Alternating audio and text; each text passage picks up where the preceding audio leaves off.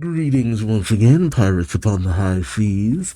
Duuz-Diz-Din back again with another chapter of One Piece, where previously, Ethan Baron Venus-Juro finally manages to incapacitate all the pacifistas on Egghead, and while the Marines take out the giant warrior ship, Frankie and Bonnie go head to head with two vice admirals who are trying to take her out as she has control of the pacifista. Frankie takes out Red King, while Bonnie takes out Pomsky. However, Venus-Juro enters the fray, taking out a giant and blocking Frankie's group's path to the giant warrior ship. Meanwhile, Marcus Mars has teamed up with York in order to stop Vegapunk's broadcast. He finds the room in which they filmed in, and he destroys it with a massive blast. But that doesn't stop things, and York advises Mars not to do any more damage, as there's too much volatile equipment in the lab, and anything could set it all off, destroying the whole of Punk Records. York tells Mars that he's looking for a transmission Dendenmushi, the same one you see in Film Red, and Mars detects it up in Punk Record. York shows him the way, and when he enters, he finds something startling and bubbling. This is all with 1 minute left until the announcement is made by Vegapunk. At the same time, Lucy has decided to stay behind, and in the control room, Kaku questions if the Straw Hats left her behind. She says that someone has to stay and deactivate the Frontier Dome. That'll allow the Straw Hats and the other Punk to escape from the Labo phase, something that the other Straw Hats aren't too happy about. And they're also not happy about the further sacrifices, as Edison enacts a plan that requires him to jump into the Frontier Dome, knowing it won't destroy him, but he will take a lot of damage. He has a plan to help them reach the sea. What that is, that would require him to do such a reckless action, is anyone's guess. But they have bigger problems, as Saint Saturn has risen up to the Labo phase, confronting Usopp, Nami, and the others, much to their distress. And all the while this is happening, Jupiter tries to use his sucking ability to draw in Luffy, Dory, and Brogy, but Luffy manages to one-up him by chucking a building into his maw. But this uses up the last of Luffy's energy. But with a quick snack from Brogy, Luffy's at least able to get back into Gear 3rd, which he tries to use against Topman Mercury, but to no effect. It seems as though Gear 5 and Gear 5 only could do any damage to the Gorosei, which is saying something, as the attack that he used, Red Rock, was even able to damage Kaido, albeit only when Kaido was in his human form. But even still, the attack was no joke, and Mercury shook it off. The Gorosei, the Five Elders, continue to move in on the Straw Hats and their allies, and things seem to be going in their favor. But will that continue to be the case, or will the Straw Hats manage to bounce back? Join me as I find out. Won't you? This is a cool color spread. It's unfortunate that Robin doesn't get to be a chess piece, but she would be the chess player. That makes a lot of sense. I don't know how to feel about Chopper being the pawn. Luffy being the king makes sense, but at the same time, a king that is the one to move primarily. I don't know enough about chess, but that feels like the wrong move to make, and yet it is a Luffy move that he would make. Robin looks so cute. I love that big smile she has. Nami being the queen, oh, that's gotta feel the shippers. Brook and Usopp being the bishops. I love that he's having these. Oh wait, I didn't even notice. I forget what the castles are called. That's Jinbei and Frankie. But I love the little scene where you have Brook with his teacup, Jinbei with a sake cup, and then you have a little Chopper pawn with the little barrel mug. That's so cute. That's such a cute little moment there, having over there. And you have the two knights, Zoro and Sanji, flanking. That's so cool. That's such a nice color spread. That's so cool. Good stuff. Alright, into the chapter. One Piece Chapter 11-13. Stalemate. All things considered, that's about the best we could hope for. Alright, we pick up in Punk Record. As Mars looks in, he says, the greatest brain in the world. Punk Record. As Vegapunk's broadcast continues on, the transmission of Vegapunk says, well, it's been such a short time that the coffee is not even cool yet, but are they all set up with the video transponder sales by now, I wonder? Chaka says, 30 seconds to go, Stella. And Pythagoras says, I feel a bit nervous knowing this is going all over the world. And Mars, despite being in view of his objective, to mesmerized by what he sees and laments out loud. It lives on, even after your death. Is this you, Vegapunk? Oh, Jesus. Kept wondering what it will look like inside of Punk Records. See, for some reason, I kept expecting it to actually be like his outright brain, but it's like, no, it's the top of his head, of course. But man, no wonder he had to detach it. You wouldn't be able to walk around with the damn thing. That's cool. And the containment unit looks like it was made to be able to continue to contain its further expand. I mean, I guess that it makes sense that I guess to some degree that it would grow so much in a little over 20 years, but even still, Jesus, that's actually kind of creepy to some degree. I was kind of expecting like a Dr. Wheelo kind of situation, but no, of course it would just be his actual head. He literally just cut it off. It's freaky to look at, but it's so fascinating. I can't look away. Yeah, that is actually a good point that he made too. Even if Vegapunk's body dies, could he ever really truly die as long as his brain is still around? Could the other punks not just be remade? Mars looks at the massive head that is essentially the size of a multi-story building. If I'm being honest, God, you could die from jumping off the top of Vegapunk's head. And Mars questions, what is death exactly? Where do our ideas truly reside? You're really waxing poetically right now, huh? And that would seem stupid, but like, you would kind of want to lament that, because it's just like, was such a thing done? You would have those questions. Mars then looks upon the transponder snail, getting ready to step on it. As the transmission continues, Vegapunk saying, video will one day connect the entire world. It will mean knowing and the discomfort of being known. Could it really be that simple, just to step on the transponder snail? Oh, okay. Hey! You then pick up Insert Village, Usopp's home in the East Blue. Someone questions, what? If it's not at Kaya's house, then no one in the village has one. And Mary says, visual transponder snails are quite large, you know. It's like taking care of a very big pet. Why don't I put on some tea? We see Kaya with the Usopp pirate. They're only able to listen to the transmission as they're hanging out with Kaya. Kaya says Dr. Vegapunk's had a huge influence on the world of medicine too. Pepper says, I know, right? Carrot mentions, like you know anything about that. While Anya says, Pepper, Carrot, read a book. If you didn't know, Dr. Vegapunk is... oh, he is what? Wonder if there's something specific he'd say. Meanwhile, the Marines are getting ready to jot down any information they get from it in the control room where they heard about Leloucia and the nothing that happened. Leloucia never existed, saying, should be starting any moment now. We then see the Twin Cape where Crocus and Laboon are listening as well. Oh, we even cut to the future land Baltimore, Vegapunk's home. Oh, okay, the old man was named, but we have to have Keaton in there somewhere. But a young girl is talking to Keaton's grandfather, who questions, he was born here? The grandpa says, that's right, he's the pride of Baltimore. And the girl says, oh, the one from the Nightmare of Baltimore? The grandpa says, no, that was Frankie. He's a ship now. People really do believe that he's a ship. Then again, I mean, he's Frankie. No one would really put it past him. Grandpa says, it's been decades since I saw Vegapunk.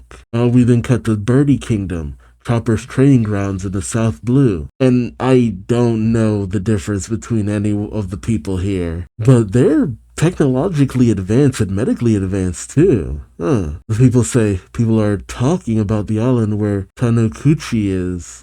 Are they talking about Chopper? Vegapunk's the father of modern science, and many of his advances are used for weapons. It's interesting to get their perspective. A lot of them can't even see what's going on. Interesting. We then cut to the pirate island full of lead in the New World, where some of the pirates are getting into an argument, saying, "Would you all pipe down? Vega, whoever is about to speak. Who? Stop trying to distract me from the fact that you rigged this game." And then you see other people just kind of partying there. Meanwhile, in other places that are actually able to view the proceedings, the broadcast is about to begin. As Vegapunk says, "Can you all hear me?" We then cut back to Egghead in the New World, where Vegapunk's broadcast is about to begin. Test. Hello, this is Vegapunk. Hello, world. Mars stepped on the transponder snail only for it to be revealed to be a normal Mushi. He questions, "Just a regular transponder snail?" Not only does he hide it, he fools us with decoys. Of course it couldn't be that simple. Mars comes bursting out of Punk Records in his Itsunade form, shouting, "Curse you, Vegapunk!" Wait, where's Yorick? Was it Yorick with him? Was it all one big mystery? I do have to wonder, where is the broadcast coming from? I've heard some people say that maybe Dragon had it and that's what Taka was setting up. That would actually be amazing if Dragon was the one broadcasting this. The transmission goes on, Vegapunk saying, "Come in, world." Taka tells him, "It's a one-sided hijack of the waves, Stella." Vegapunk says, "I know that. Well, in any case, let's get this message started." And the people around the world celebrate, saying, "Yeah, about time." What's about to happen? Oh, it's the Long Arm tribe. Oh, okay, cool. You can tell from the weird joints they have. In another place, a young girl wakes up. Oh, it's a place with tent, saying, "What is it?" And I guess her mother says, "Go back to sleep. A very important man's going to tell us something." Mars gets a psychic transmission from one of the other elders saying, "It's not stopping, Mars." Mars says, "I'm sorry. Vegapunk has concocted a robust security system to prevent the transmission from being stopped. I don't know what he knows or what he intends to say, but York claims that he had carried on Ohara's research. It's kind of hard to say who's speaking at this moment." One of the Gorosei say, "So he refuses to go out like Clover, eh?" And another questions, "Does he mean to avenge Ohara's loss?" And they all remember the day that Spandini shot Dr. Clover. And they question, "What is it, Vegapunk?" We then cut to Sanji carrying Vegapunk's body? Dead body, maybe? It's hard to say. I feel like he should be able to tell if Vegapunk's dead. As he rushes through the fire and the flames, he says, "I can hear it. The sound of Bonnie's voice." I thought he was about to say he can hear the Gorosei's conversation. Says, "Begging for my help." And as he makes his way to the giant ship, he sees Venus Juro bearing down on Frankie and Bonnie. Frankie protecting Bonnie. As Sanji shouts out, "Who's that?" "Jewelry Bonnie." Oh, and Venus Juro says, "Jewelry Bonnie, you shall not have the Navy's might." As he goes about to swing on them, Frankie tries to block, saying, "Get back, Bonnie." But Sanji calls out, "Wait, Frankie, move it." Frankie questions, "Huh?" And Sanji says, "The only one who gets to score points with Bonnie is me." God damn it, Sanji. Really? Though, he comes flying in and just kicks Venus Juro in the face. Wow. Okay, so Venus Juro in his hybrid form, he is massive. And I don't think it's just because the five elders are that big. Jesus. Like, Sanji is the size of Venus Juro's head. But he comes in, kicking Venus Juro in the chin, causing him to spurt out blood. Sanji tells Venus Juro, "Did you think the elderly get special treatment?" Oh, okay. Sanji blocked the blade, then ricocheted up and kicked Venus Juro in the chin. That's cool. Sanji says, "This is how pirates fight." And Venus Juro's face engulfs in flames. Oh, what the hell? You don't even really see a transformation. It's almost just like Venus Juro's body is like starting to set on blaze, but then his skeletal horse head comes out and bites down on Sanji, causing him to drop Vegapunk. Bonnie calls out for Sanji. Oh, and Oimo and Kashi see what's going on. Kashi saying, "What is that?" Spotting Venus Juro. They jump on Ethan Baron. Kashi saying, "Hold him down, Oimo." Oimo says, "You got it, Kashin." They grab a hold of him, causing him to drop Sanji. Meanwhile, Atlas comes in, diving in and catching Vegapunk's body. Bonnie then goes in and uses Distorted Future. Oh snap! And Bonnie begins to transform. The Marines watch. questioning, who is that? Is it Jewelry Bonnie? And Bonnie uses giant-like future. Oh man, it's almost like she's using Gear 5 giant. I mean, that's essentially what it is to a certain degree. Bonnie can also turn into a giant. Dang, that's cool.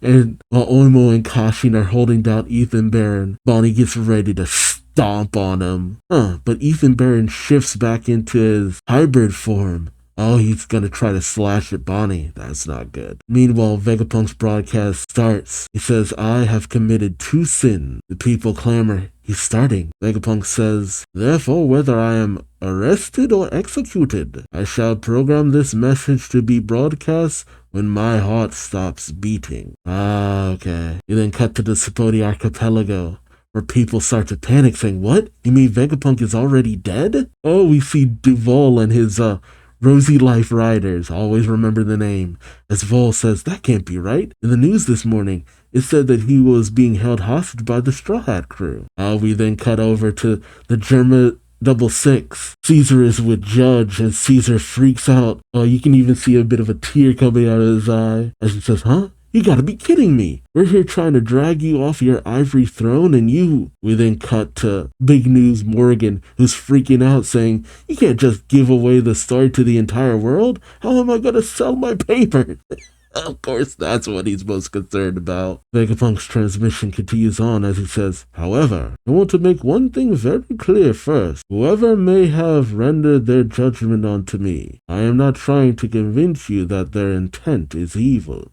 Oh, I will not apply the labels of good and evil at all, in fact, because I understand too little about him to begin with. Oh, he indirectly referenced Eam. Oh snap. Meanwhile, at the edge of the labophage, Saturn has made his way up, which I kind of question how, but I guess if he used the same way that they came down with the, transportation and all that, if he could make his way up the island clouds being made, Saturn has made his way up as Usopp and the others panic, saying, go away. Although Saturn says Vegapunk, and Saturn marches forward saying, move, I have no time to deal with the likes of you. As Usopp, Nami, Brook, and I guess Lilith, I can't make out that other figure, come in to try to defend.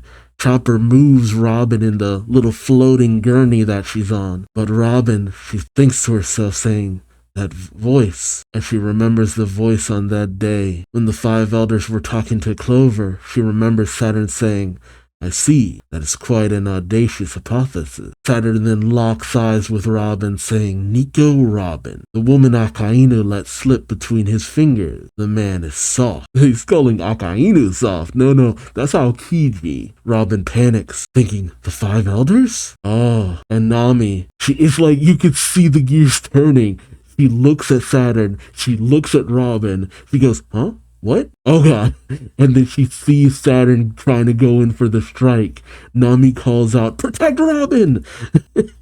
And Chopper, hearing Nami say that, they all jump in as Saturn starts going in with his spider legs, trying to strike at them. He manages to destroy the little transportation gurney that Robin was on, but Nami managed to grab her and uses the transformation of Zeus into the mace to block one of Saturn's claws. Brook slices off another.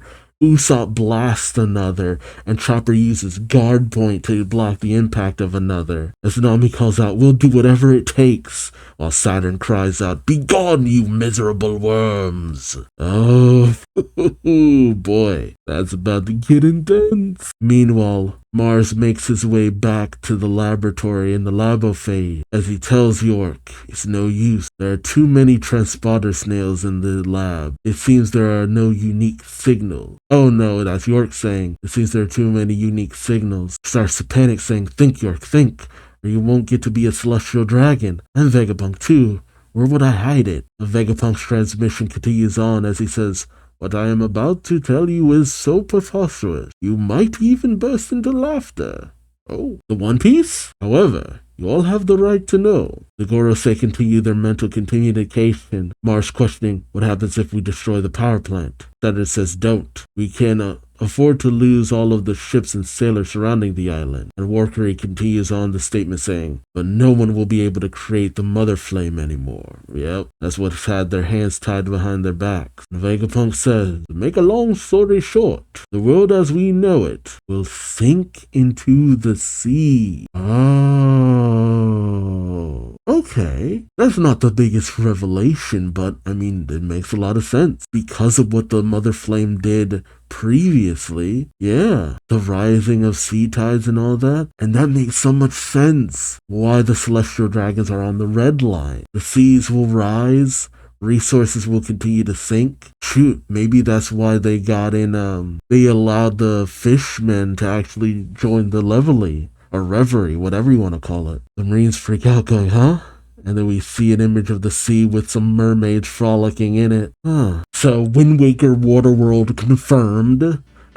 Essentially, that's essentially what this is then. But that makes the most sense. Shoot, if anything, I've had this question of, in terms of One Piece, that the world used to be very much like our world, but, you know, water levels rose, and just as much like Wano, every place else is kind of like mountaintop. These little minuscule islands that everyone lives on are actually mountaintop, and the red line is like an artificial structure or something like that, or it was created by someone. But it's always been kind of my theory that, you know, the world has sunk so much because we call a lot of these places nations, but they're all islands. But it's always been my question of maybe everything is like just the tops of mountains and all that. Because the moment we had with this revelation, I immediately think of Wano and how it was constructed. But then again, it's not like we see any civilizations below the wave. But it's not as though we